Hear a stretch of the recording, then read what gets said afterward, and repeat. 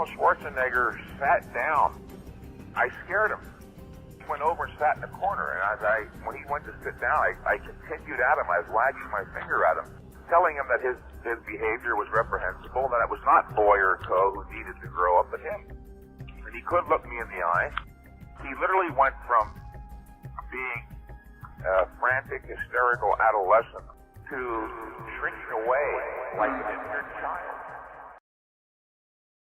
It's 1980 and it's time for Mr. Olympia. There were many bodybuilders competing in this Mr. Olympia. However, there are two main ones that we're going to talk about, Mike Mentzer and Arnold. The public's favorite to win was Mike Mentzer, who was a rising star and had gotten a perfect score a few years before. However, in one of the most controversial rulings of all time, Arnold won, with Mike Mentzer getting 5th place. Mike Mentzer was so mad at the whole thing, he destroyed his reward. This began a decades-long divide between Mike Mentzer and Arnold that would pretty much never heal. To this very day, a lot of people have to choose between Mike Mentzer and Arnold. In this video, I'm going to answer, who is better, Mike Mentzer or Arnold? Mike Mentzer is one of the most famous bodybuilders of all time, while Arnold is the most famous. They both have polar opposite training plans. Mike Mentzer focused on one set to absolute failure per exercise, as well as he was a fan of progressive overload and a massive fan of recovery. Meanwhile, Arnold was a very high volume trainer and focused on mind-muscle connection as well as shocking the muscle. So, who had better training? Before I begin, I have a deep dive into her training, so you should check that out. Mike Mentzer's one set to failure is flawed, since 2 sets is better than 1, and 3 sets is usually better than 2. His idea could work for larger muscles like quads or glutes, however, something like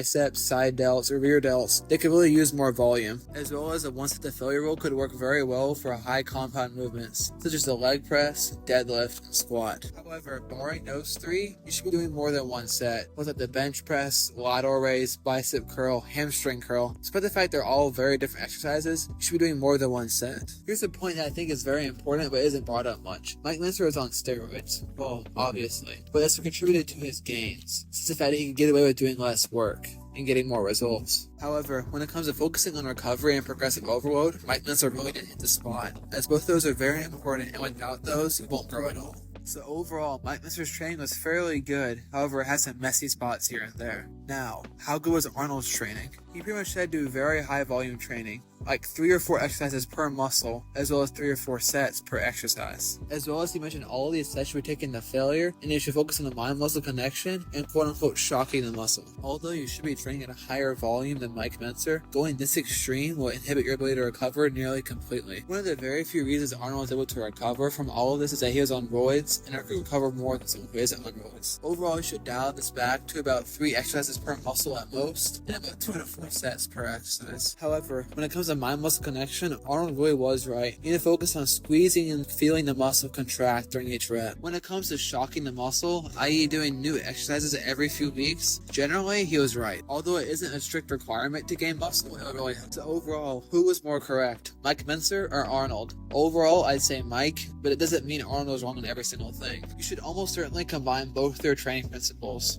You should go to failure in every single set. You should do higher volume, but not high volume as Arnold. You should focus on mind-muscle connection. You should focus on progressive overload. You should focus on recovery, as well as you should focus on shocking the muscle. And that's pretty much it. First of all, I want to thank you for watching. This was definitely a shorter video, although it's part 3, which is much more of a summary than a part of the series. Although there's not much to say, honestly. I'm probably going to do a video on strength and what are the limits of the strength that you can gain. That might be the next video, although it's going to be a longer video at probably 8 to 10 minutes long. Anyway, I want to say here, see you next time, and bye.